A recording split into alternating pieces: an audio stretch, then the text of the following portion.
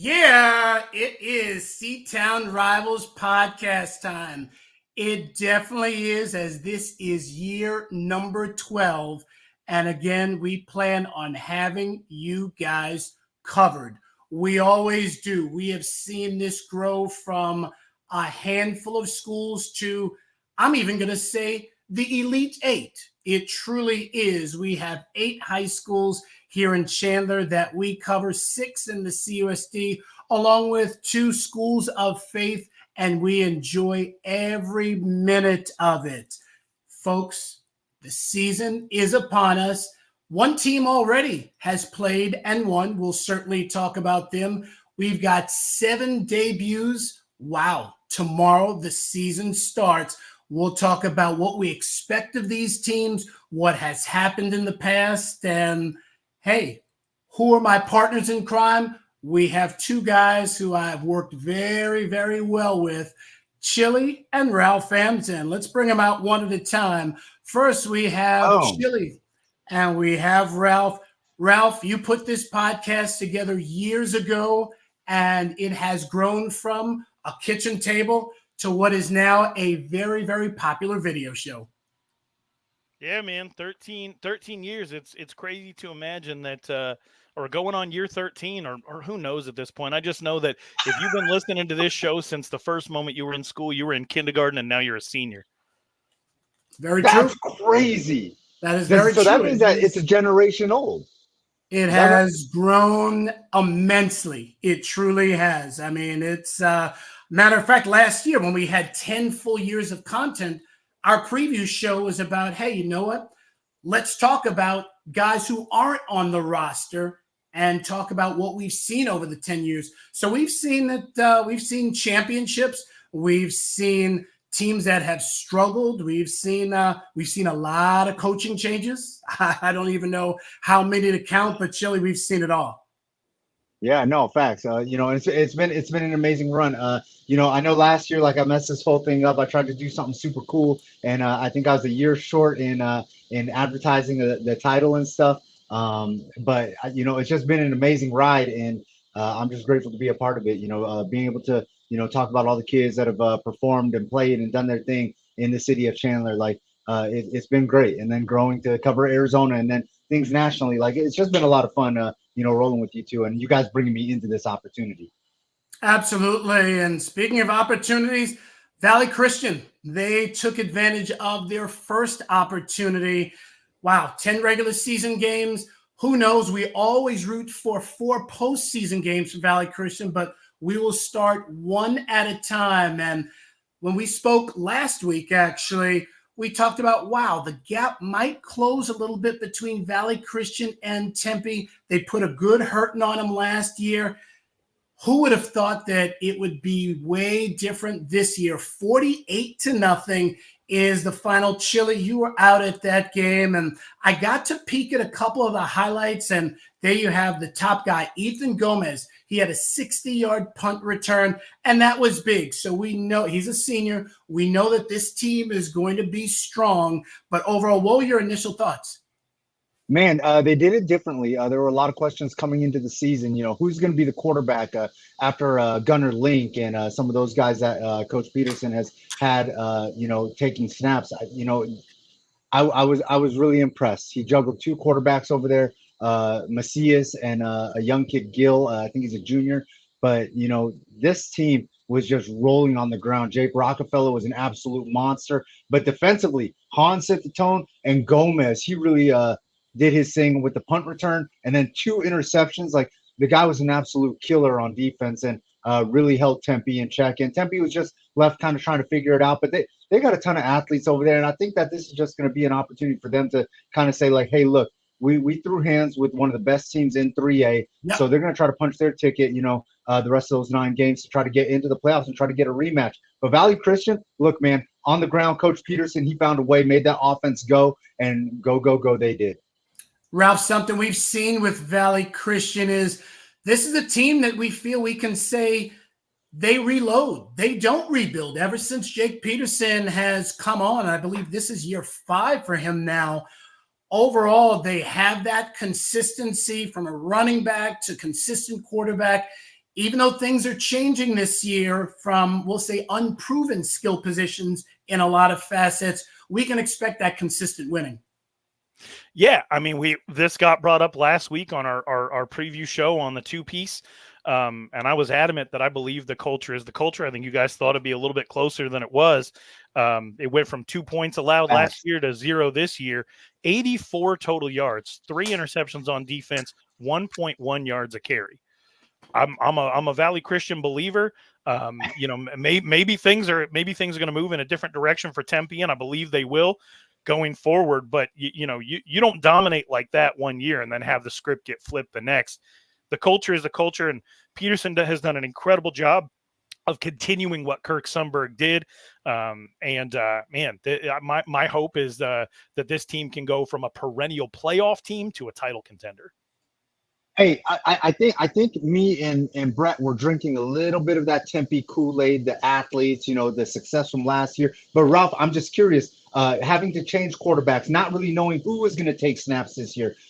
What made you so confident that Valley Christian was just going to roll like that, though? Because I personally just didn't see it being like that.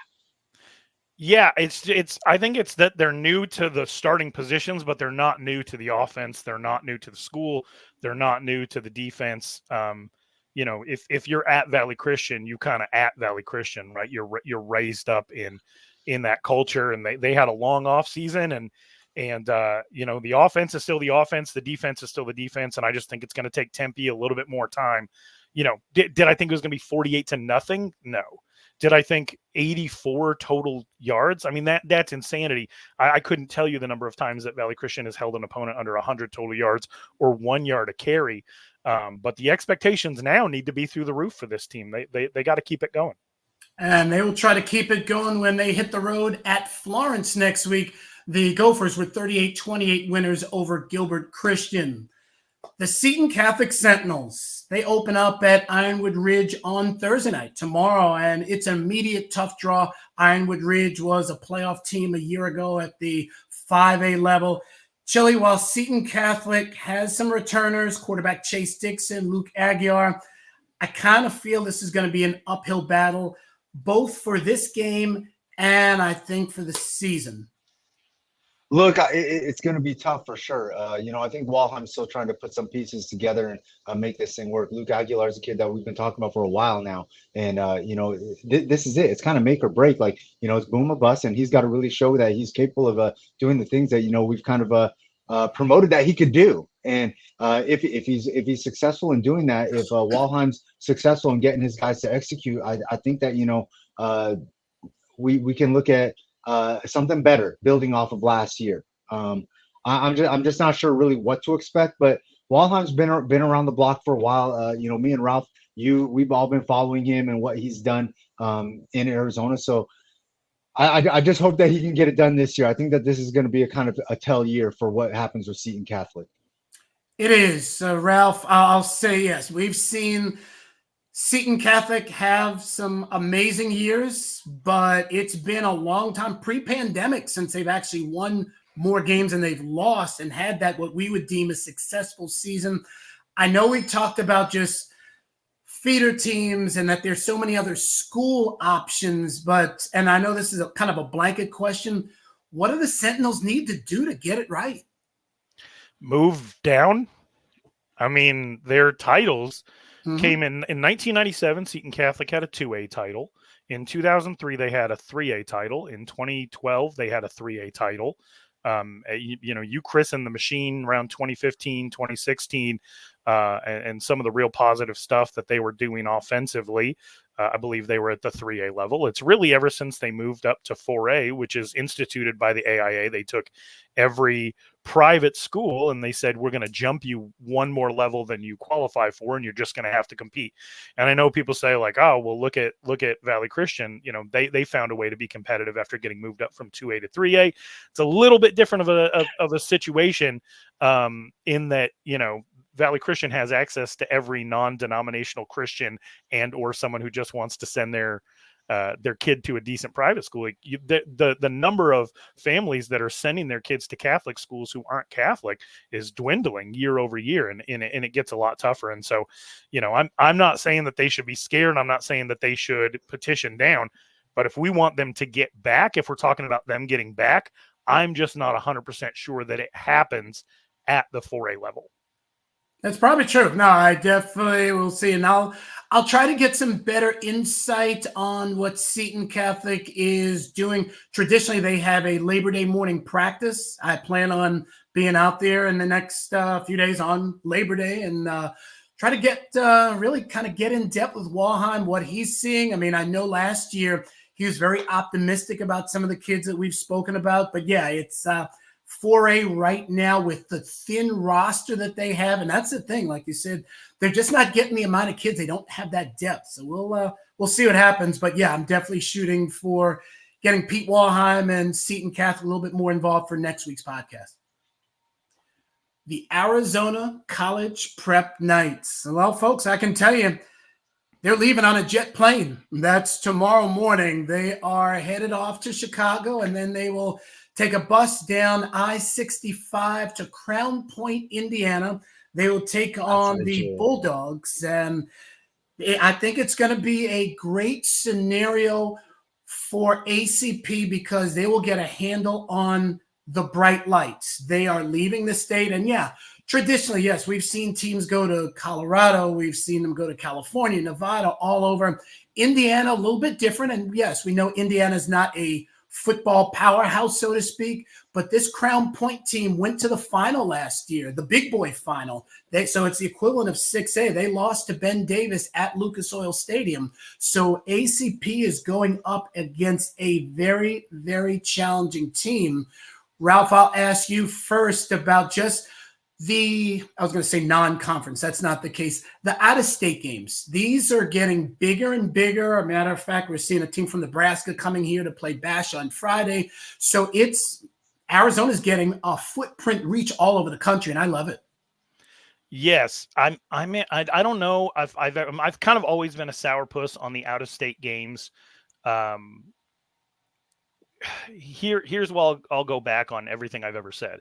Arizona College Prep is supposed to be an enrichment school. It's supposed to be about extracurriculars. It's supposed to be about like the fullness of the scholastic experience. The fact that these kids get to travel and ACP is not carrying a roster where the whole team's going to the NFL, right? So this could be a fantastic experience for them. And this is no slight against Myron Bluford, who we spent the last 5-6 years on this show complimenting every single chance we get. But Stephen Vaught being promoted to head coach, that might be the hire of the year. He's somebody that Chandler had a lot of success with. He's somebody who helped this defense be a force last year. Now they have 20 returning starters, and they get to go have an experience like this in the middle of the country. And if Chandler taught me anything about like inviting an IMG out or something like that, it's that the harder you make your first game, the easier you make your last games. And Agreed. So, if you invite yourself to go out and get smacked in the mouth in week one, it could pay dividends down the road. I don't know if that's this kind of team. Everything that you said is kind of an education for me on their opponent right now. But I'll make I'm usually a huge sourpuss on the out-of-state games. I'll make an exception here, or like in Buckeyes' case when they get to go to Alaska or Hawaii.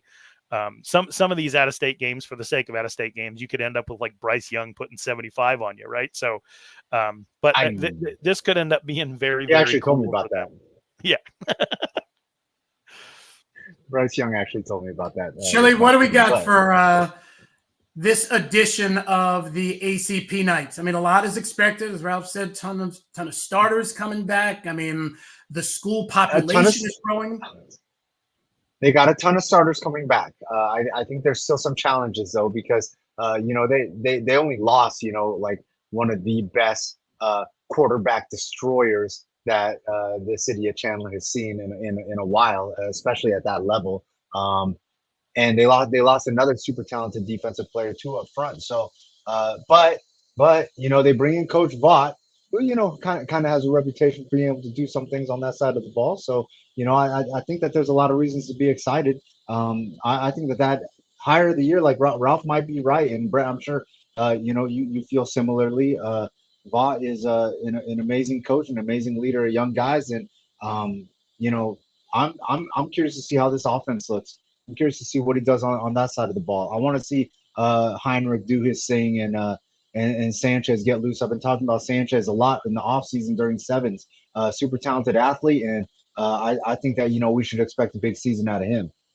Good stuff. No, we definitely are looking forward to ACP doing some great things in 2024. And yes, indeed, this will be a challenge on Friday night. And yes, they will leave on the plane on Thursday. The Casteel Colts, last year, they finished 6-6, losing in round 2 of the playoffs to Brophy. 5-1 regular season outside of the Premier region, 0-4 within it. So we know in reality they were a better than 500 team. Chile, they head up to Anthem to face the Boulder Creek Jaguars. Shouldn't be an issue, should it? No, I wouldn't expect it to be too much problems for Castile. Look, I think that Beeman is one of the criminally underrated, underappreciated by the platforms guys in the state of Arizona. I think that he's a spectacular athlete, and I think that from that wide receiver position that he was playing last year, I think that he's capable of doing a lot of damage and should be mentioned amongst the top of the wide receiver kids that we got in the state, and that's a pretty talented class with the Cooper Perrys and the Nico Boncours and some of those guys like Desmond Roebuck.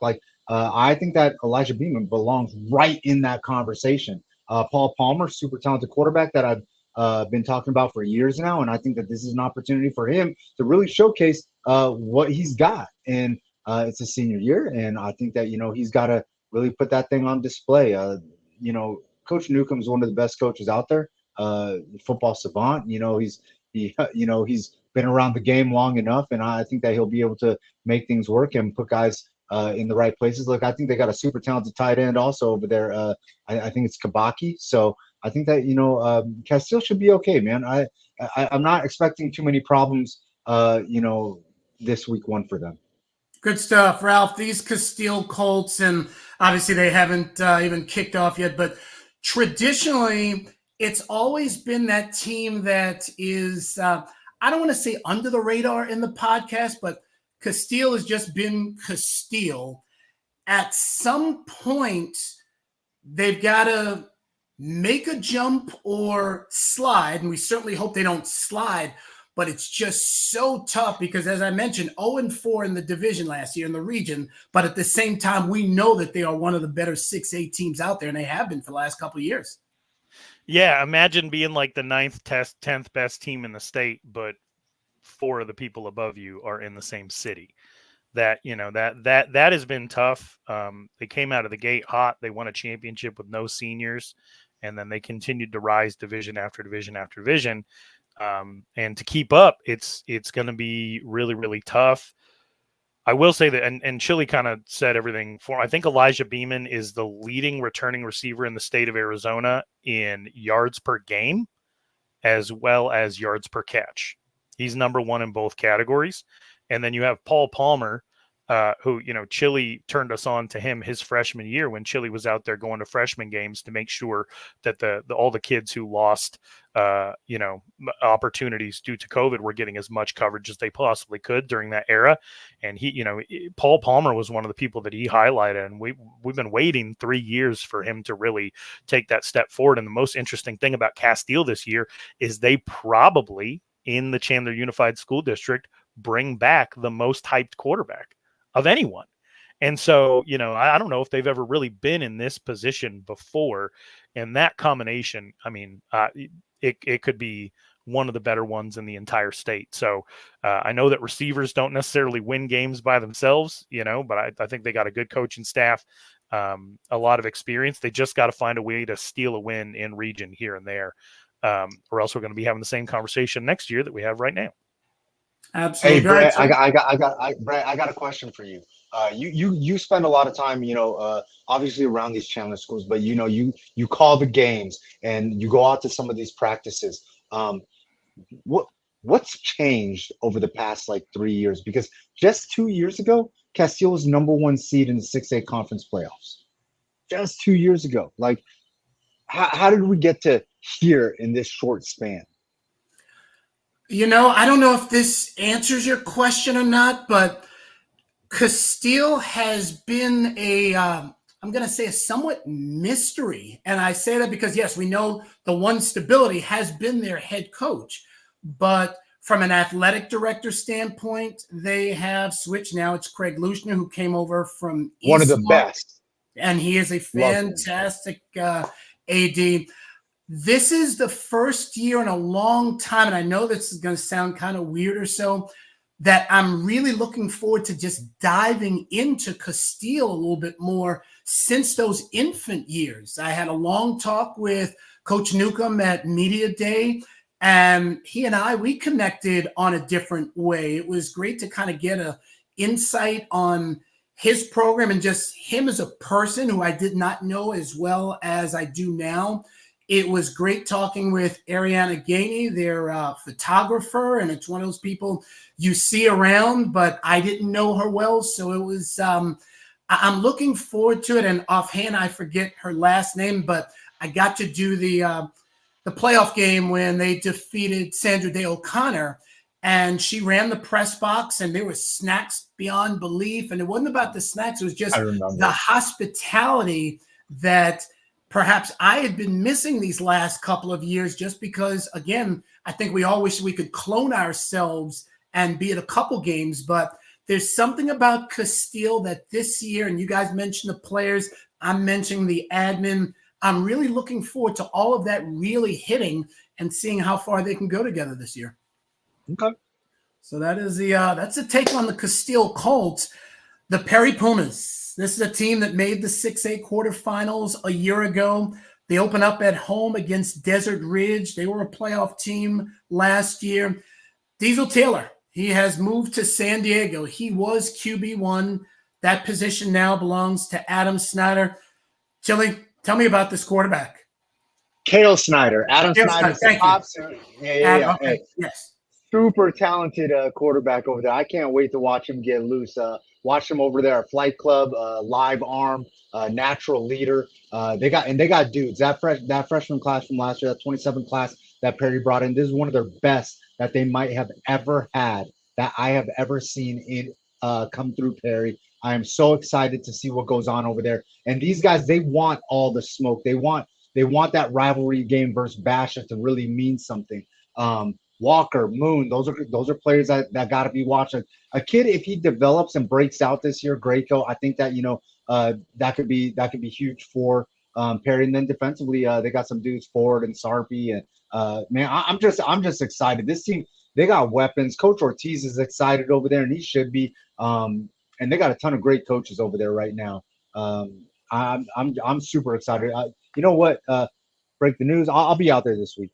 I'm going to go check out Perry versus Desert Ridge. I'm super excited. I'm super hyped up to go to Brock Purdy Way or whatever they renamed it to and check this out. Ralph, 2 questions for you. Number one, if I'm correct, do you realize that this is the first meeting between Perry and Desert Ridge? Oh, that's wild. That's wild. Really? I mean, that's something that I'll say Gridiron's not the only person who can do research around here. So yes, I think that's part one. And then the main thing, Ralph, does Perry fall into that Casteel category in a sense of they're in a tight division? Yes, they beat Casteel last year, but at the same time, both teams ended up losing their second game of the playoffs. It's just one of those things where it's like, wow, the Perry Pumas, we know that they're kind of ready to make that next step, but that premier region kind of holds them down a little bit. Yeah. Chili said, and I mean, he's a little hipper than me, but that Perry wants the smoke. You look at their schedule, it's brutal. You look at the person that's running this program, he's not afraid of any of that. He's not paying attention to any of that. But if we want to get on this show and we want to give his team motivation, then we can say, yeah, and we did. Me personally, I used to talk a lot of trash about that defense, and they did the same amount to stop me from talking trash as they did to stop opposing offenses. Those days are over. They're returning the second leading tackler in the city in Maddox Ford. They got some good returners on special teams. I think they've got some X factors on this team. I know that there's a lot of players that Chile is really high on, and they have the opportunity. You look at some of these other schools, Demond is gone. The boogeyman is gone, right? Chandler is only returning 8 starters. If you're going to establish yourself, this is really the year to do it. I think it's a very cool first game that they have scheduled. And I will say this, and we try to keep it very, very positive when we're talking about people's kids. But here's the deal. Not one Chandler Unified School District school has ever succeeded when the players that are on the team are more interested in personal glory than helping a program succeed, right? And there's been a couple of quarterbacks in the last 3 years that have decided not to spend their senior season around because they didn't think it was doing enough for them personally. And I would say that both of those programs are better off afterward. And I'm looking forward to Perry having a good year. Sounds good. Yes, indeed. The Perry Pumas are trending upwards. The Hamilton Huskies, new coach Travis Dixon. The era is beginning. They start off with a big one. Tomorrow night, state runner-up Centennial. The Coyotes are in town. Before we break down the Huskies, let's hear what the starting quarterback, Rich Lucero, has to say. Spoke to him on Media Day. Here with Rich Lucero, quarterback for the Hamilton Huskies. And Rich, as you embark on your senior year, tell me about what you're seeing in Media Day. You got everybody out here. You've got it's your last go-around. You got your boys. You got your opponents. Just tell me about the beginning of your senior year. Yeah, senior year so far has been nothing short what I expected. It's been awesome. It's great to be in this environment. I'm super thankful for the CUSD directors to put this on for us. Yeah, I'm just very happy to be here, and I'm blessed to be able to represent Hamilton with my teammates. Representing Hamilton, you will as QB1. You've seen a lot of QBs over the last few years. You've seen some change. Tell me about kind of the indirect mentoring in a sense of you've seen guys go down and you've had to, hey, I'm in right now. Tell me about the last couple of years where you weren't QB1, but you got the reps. Yeah, when since I was a freshman, Nico Marchiol was the senior quarterback, and I've been super thankful for those guys, for those 3 mentors. So Nico, Rock Chalowski, and Beckham Pellant. Those guys were great mentors for me, and I still keep up with them today. And they set an example for how to lead this team and lead the school. And I'm really thankful to have them. Your head coach was a quarterback at this very school. Has he kind of pulled you aside necessarily just, hey, you know what, this is what it means to be quarterback? Just tell me about that quarterback head coach camaraderie. Granted, it's new, but there's always something special about that for successful teams. Yeah, me and Coach Dixon, we've had lots of talks, and he's helped guide me through this next stage into the senior year because he's been here, and he has led a team to a state championship, which is ultimately our goal. And it just helps to have that guy in your corner. He always has your back, and whenever you have a question, he knows he can help you. Tell me about your senior year from a college standpoint. You don't have to mention any schools, but that's also on your mind. You've got some offers. You're probably taking a trip here and there. How do you mix all of that in while preparing for this season? Yeah, the recruiting process is great. It's crazy. It's great. Challenging. Yeah, challenging, yes. But we're taking some trips, and we're super thankful for all the coaches that have recruited me and stuff. And at the end of the day, right now, I am uncommitted, and our biggest focus, me and my family, is focusing on the season and winning games. The CUSD is very, very competitive. Tell me about the back half of the last couple of seasons, because it's always tough. These guys are in your neighborhood. You guys are all about 3-4 miles apart. Tell me about that intensity on the field. Yeah, it's crazy because, you grow up with these guys, and then you guys go to different schools, but you still stay in touch and stuff. It's fun getting to play your friends, and I wouldn't want to be in any other region.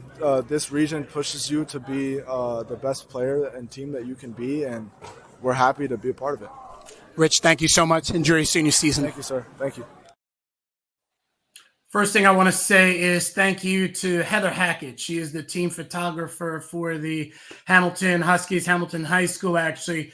She's the one who helped provide that image with the graphic and just the various stats and the likes of Rich Lucero. So, yes, thank you very much, Heather Hackett, for helping us out with that. And Ralph, I'll ask you about this Travis Dixon era. Of course, he's an alum of the school. Something that I think we'll see is it now means a lot more to put on that Husky uniform. When we first started doing this podcast, the team had 80, 90 guys on the roster. And hey, all right, you may not start, but you're a Hamilton Husky. You're through and through. You're part of that depth. We've seen that dwindle a little bit. I kind of think that Travis Dixon will restore that, and consequently, depth means a better team, which ultimately could lead to a championship. Yeah, I mean, what you're saying must be true because they made this coaching move. Mike Sadebski had a lot of success, just not the level of success that is the Hamilton standard. It is interesting to me, and maybe Perry and Casteel will get to this point someday, Basha as well, that Hamilton's finally old enough to actually have somebody who was running the show 20 years ago come back and be the head coach. My graduating class at Chandler was the first 4-year graduating class at Hamilton. Chile actually hung out with their very first 4-year student body president a couple of weeks ago out here in Charlotte. She's one of my neighbors. It makes us all feel very old, but I will say, like, this is it's just going to be interesting because they've been so good. They just haven't met the standard, and not everybody can. So yes, Hamilton fell off, but they fell from the top to the next rung, whatever it is. And it's wild when you set that standard for yourself, 60 plus wins, 7 titles, that you have to be perfect. They came within one missed field goal of being the Open champions in 2020. Yep. They've been back in the Open every single year, and it's just not enough. And maybe you're right. I was looking at that graphic while you're doing that interview, Brett, and it said that Lucero was most excited to play Centennial this year. What kind of psychopath is excited to play Centennial? And what kind of lunatic loves being in the Premier Region? It might not just be Dixon. It might be the combination of Dixon and Lucero that can bring back that just insane mindset of, we just want to go out into the mosh pit and mix it up. And if that era of Hamilton football is coming back, then it's going to be a lot of fun out in South Chandler. Absolutely. It will be fun tomorrow night, Chile, the Coyotes in town. Chile, I'll ask because you know the Centennial roster definitely better than myself, perhaps more than Ralph at this stage. What does Hamilton have to do to win that game tomorrow? Not even a season preview, but in particular tomorrow to get things going. Just be consistent. Just be consistent. Just go out there and do what they can do. Now things have gotten a lot more interesting, though. In case you guys haven't heard, those Saguaro players that transferred out are now going to be eligible for game 1. That means that Hamilton will get the services of Jacob Brown, the super talented running back that was absolutely explosive down the stretch for Saguaro last year. That means that they're also going to get Reese Rinaldi, the wide receiver who's grabbed a lot of attention, a lot of eyes from colleges this past spring doing 7. So, I think with Coach Mazzone taking over that offense, we are going to see a Hamilton team that is going to be moving up and down the field quickly, and they are going to try to execute. But on the flip side, Centennial, look, they got some transfers that are going to be coming in also, like Bryce Pollard. Coach Taylor is going to do Coach Taylor things. This chess match between Coach Taylor and Coach Dixon, I think, is going to be one of the most exciting things to watch on game day on Thursday night. And I'm just super excited to see how this thing works out. But I think this game is going to be close. I do not expect a blowout either way. I think that guys like Nico Jandro, Marquise Richardson, they really got to establish who they are, what they can do. Ben Jones up front, LeBlanc up front. Those guys They really got to do their best to get to the quarterback. They got to get to Sugar Kane, aka Kane Mana from Centennial, because if they don't, he's gonna go crazy, just like he's been doing, last year, just like he did last year, just like he's been doing in the seventh season. Like the kid wants to throw, and now Taylor's got a fully functional, and I don't want to throw shade on any other quarterback that he's ever had, but this guy wants to let it loose. This guy wants to put that thing out there. So I think that Centennial's changing a little bit, but this chess match is going to be fun to watch. And now with all these guys being announced eligible the day before the game during walkthroughs, like I'm just curious what that does for team camaraderie and stuff like that, and how the coaches are going to juggle those things, because I think that that's a big thing too. First year head coach over there at Hamilton, Travis Dixon, trying to quote unquote restore the order, which was a mantra for Hamilton back in the day. Like, I'm curious to see like how he juggles this situation. I'll definitely say it's a great test anytime you open up against a strong team. And yes, having those transfers eligible, that gives Coach Dixon a lot to work with. The first year that you guys did Seton Rivals, was that during Dixon's playing days or no? No, he was way gone. Yeah, he was responsible for their first two titles, I believe, in 2003 and 2004. Oh, the first year of the podcast came 10 years later. Dixon spent time, playing college football, coaching college football before he made his way back into town. So it was in my dark days of not knowing anything about Arizona high school football at all. I quit paying attention from about 2003 to 2012, and that's when he did his stuff in high school. That's when he did his stuff in college. But he is the one who set the tone. He's responsible for two of the 7 titles in Hamilton football history, and he was the only 2-year starting quarterback up until Tyler Shuck. Hey, Brett, I know that you've done some interviews with Dixon. You've talked to him on a level, right? I haven't even chatted with him yet. I'm curious, what are some of the changes that you've seen, because you typically talk to all the head coaches, whether it's been Bellis or Bano or Zadepski, now Dixon. What are some of the changes that you've seen? Conversational temperament or whatever. Because there's been some change in the coaching staff now. He's brought on Pebler, he's brought on Garmin, who helped Basha win an open title. Anything that you've noticed? From a temperament, he's an easygoing guy. I mean, he's a guy who I think immediately commands a respect from the players, because especially a guy like, we'll say, Lucero, hey, I was in your shoes. I literally was in your shoes, and I know what it takes to win at Hamilton. So right off the bat, that's a whole different level that he doesn't have to explain. He doesn't have to rally people. It's like, hey, wow, our coach was one of us. And that says a lot. I mean, he knows the game. He's a modern guy. And that's not to say we're going to see a whole bunch of trick plays and things of that nature, but he's very much in touch with today's kids and today's game. And you put that together, and I think that really brings a great combination. He's not a guy, at least in public, who's going to have a whole lot of whipping and in-your-face type of stuff. He will if it needs to be, but that's not the impression I get. He's more of a, hey, I'm going to show you what to do. I've done it. Let's get it done this way.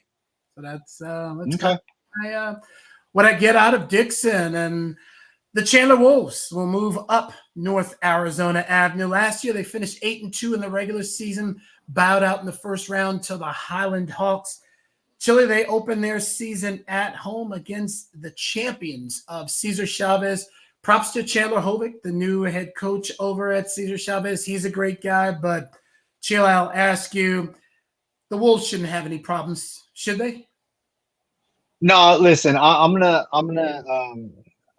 love Chavez, and I love what they're building over there. I love Coach Hovick and what he's trying to implement. I'm just gonna fall back and take Ralph's notes from the conversation about Tempe Valley Christian last week, and say that you don't flip this script in 1 year. I think that Chandler's got enough talent over there that they should be able to do their Chandler things, and I don't know that it's gonna be running clock or whatever. But Carmigiano, what is it? Will Levis, the quarterback situation over there. Two talented quarterbacks over there. Carter Ochoa, solid wide receiver. And I'm not sure if Amisi Juma is available right away. I know he transferred out of Chandler and then back to Chandler. But him and Jai Jones will eventually be on this Chandler team. Jai Jones, I know, has to wait till game 6, but if Amisi Juma is available immediately, I think that's going to be huge problems for Chavez. Defensively, Aiden Browder and Scooby Bradley, though, those guys are absolute dogs that are going to lead this defense, and I can't wait to watch them get loose. The champions, they got guys, Mekhi Hodge, and I'm just not sure. With so much transferring going on, I'm just not sure who's cleared to play right away and who's not. But if Hovick has his transfers available immediately, that means he's got a quarterback that's ready to go. If not, then I think he's just got to try to figure that situation out. Ralph, I'll say for me with this Chandler team, the unproven talent, because as we said, there's so many guys coming and going in that thing. I think it's important for the Wolves to get off to a 4-0 start. I think they need to win their first 4 games so we start to see, okay, hey, this is the QB. This is the type of running game. This receiver is stepping out. You don't want to be 2-2, 3-1 going into Liberty and Highland. So I think they got to be 4-0 because after game 4, the schedule does them no favors. You got the CUSD and the 2 teams I mentioned. Yeah, I mean, I'm fascinated by this Chandler team because it's probably the team that I know the absolute least about as far as a Wolves squad in the last 10 years. I know Aiden Browder is good. I know that Carter Ochoa almost had 500 yards receiving last year, but this is a team that for the first time in a long time didn't get to double-digit wins last year or the year before that. So I think Chili said Will Levis, which is awesome. It's what Will Mency. No, it's Will Menzel. Oh, yeah, but Dominic Carmigiano. Maybe they go into the season with both of them getting reps. Who's Will Levis? Oh, he's like the quarterback for the Titans. No, but where did he play college football? Kentucky? I want to say he played. And where did he play before that? Penn State? There we go. I just had to have you guys see that. That's all. Did he? Yeah. Yeah, I don't. He got beat out at Penn State, and then the guy that beat him out just got cut yesterday or something like that. Like, NFL's wild. It is weird. Sean Clifford was the guy. Yeah, Sean Clifford. Yeah. So it's yes, the NFL is a dog-eat-dog world. That's for sure. Well, maybe that's a lesson to whoever loses this Chandler High quarterback battle. That it's not over. You still have opportunities down the line. But man, I just don't know a lot about. I did think it was funny that in the Sullenberger, there's all these rumors about Garrettson's on the way out or whatever, and he did joke in the interview that I'm just trying to keep Sean's gig. The fact that it's been years and years and he still calls it that, even though he's been responsible for open championships on his own. I love his sense of humor, and I'm sure that he loves that nobody knows a whole lot about this team. And he's looking forward to showing everybody against Cesar Chavez. But if that game isn't in hand, mid third quarter, I'm sure all the whispers will start up again. But the opportunity for leaders to emerge, I think, is something that a lot of coaches, it's great to have 20 returning starters. It's great. But you can get an attitude of complacency, and you can get an attitude of, I deserve this, and entitlement. And I don't think that the opportunity has even existed for this team to have that, because the kids that go there, they haven't experienced any championships, and a lot of them have never started a high school football game. So this is going to be a fun team to figure out, what they're made of, and I'll be watching closely. Absolutely. The Basha Bears, a state semifinalist a year ago, they host another state semifinalist on Friday night. That's Millard South, the Patriots out of Omaha, Nebraska. Chili, the last time that someone other than DeMond Williams took a meaningful snap for the Basha Bears, you had only one dog. Ralph was a resident here in Arizona, and I had an exchange student. So yes, it goes a long way back. Chili, tell me about this big offensive line and who the beneficiaries will be for Basha. Hey, look, man, they got Hildebrand over there who's much hyped and deserves all of it. Sam Garcia is an absolute problem up front. This is I think somebody had this as like one of the top two offensive lines in the state, and they might be. I think look, I think that there's a little work that needs to be done, but I think Coach Kelly's going to get his guys right, and I think that they're going to be solid up front as usual. The beneficiary is going to be Brody Veers, super talented quarterback, live arm, can make all the throws, can move a little bit. So it'll be fun to watch. He's not Demond. He's not Demond. So I want to get this out there right now. Like I you know, let Brody be Brody, and he's gonna be creative back there and get some things done. They got a talented receiving core over there with Cash Brock and some young guys coming up, Baldwin. But Gio Richardson is the real deal. Arizona commit, talked about him last night. And then obviously they got that running back Noah Roberts. You want to talk about who's going to be a beneficiary of that big offensive line that they got working over there? Noah Roberts is going to be that guy, an absolute stud coming out of the backfield. Defensively, I think they're going to settle in and figure some things out. My man Trey Knox is over there locking down his side of the field. I think that probably the top 27 class in the state. A lot of those guys are going to have to fill some holes. So, it's going to be exciting to see what Coach McDonald does over there. Not everybody gets a 4-year starter at quarterback that experiences as much success as Damon Williams did.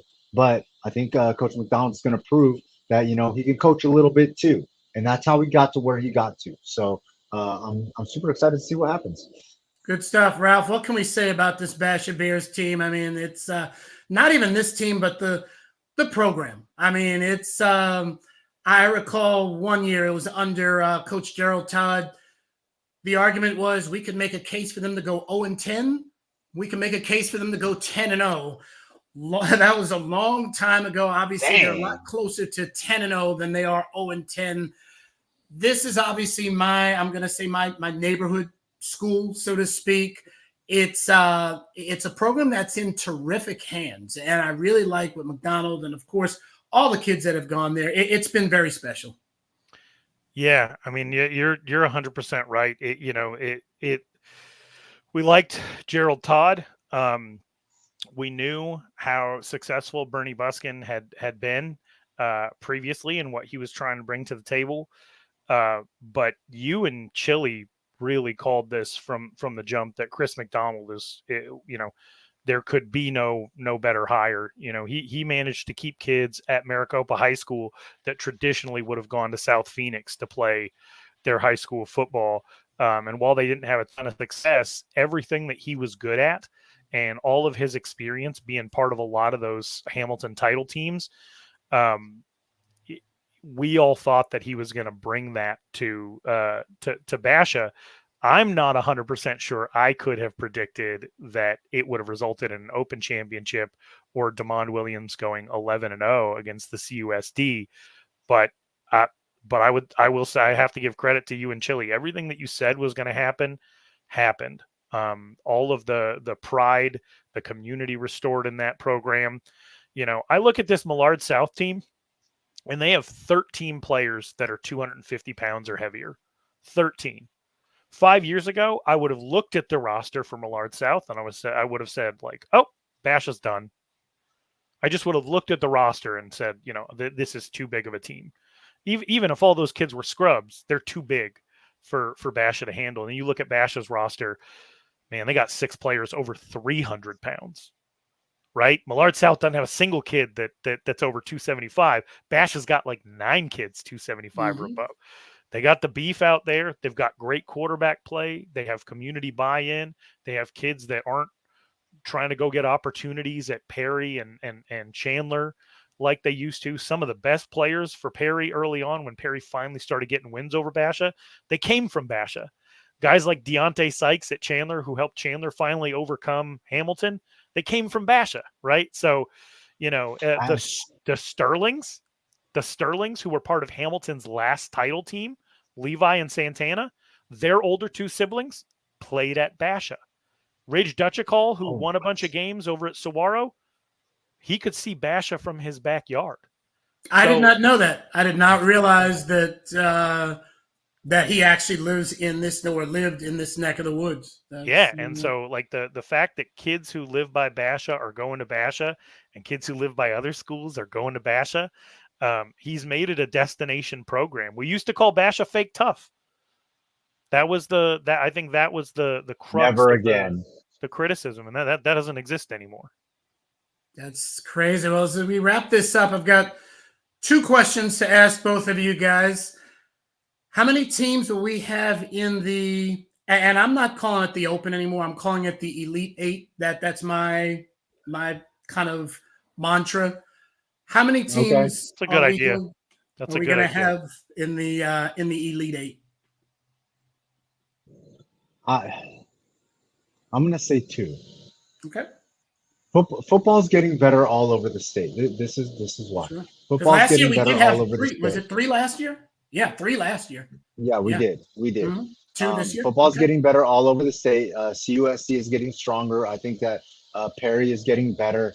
You know, and they're scheduling tougher. Everybody's scheduling tougher. You know, I think that that Northwest Valley Division, conference, whatever. I think that region. I think that they're going to probably send 2 with Liberty Centennial, and I think this what's it called, the Highland region. I think that they might send 2. Maybe Highland gets in, and maybe ALA Queen Creek gets in again. Man. So in another like, universe, I don't know. Kalen Fisher's at Hamilton. I love Richard Lucero, but that Highland might as well be. They were together. Team. Yeah, Kalen Fisher started at Hamilton, and Brock started out as an assistant at Chandler. So we'll make Highland an honorary CUSD team this year. But I agree with Chili. It's probably 2 because they're not going to let Valley Christian in because they'd kill everybody. So I'll say 2, and I think Perry's probably going to be my pick to win the 6A title. And that was kind of leading to my next question. Of our 8 podcast teams, will we have a champion at any level? Will we have one champion? Will somebody we know and love hoist that ball? Somebody, yes. CUSC will have at least one end of the season winner. Yes, sounds like a plan to me. Well, fellas, as always, it works. That's definitely good stuff. Great chopping it up with you guys, that's for sure. And next week we will have full results. All 8 teams will have been in action. It won't be a preview scenario. We'll have some numbers, some facts, figures. And again, we're going to try to get Seton Catholic on and kind of see what their path is this year. And again, we pull for everybody. We'll see you guys out on the fields, those new turf fields. We will see you guys next week. Are they all turf? Everybody's got turf now. ACP does not, but the big boys, so to speak, do. Dang, crazy. Haters. Good stuff.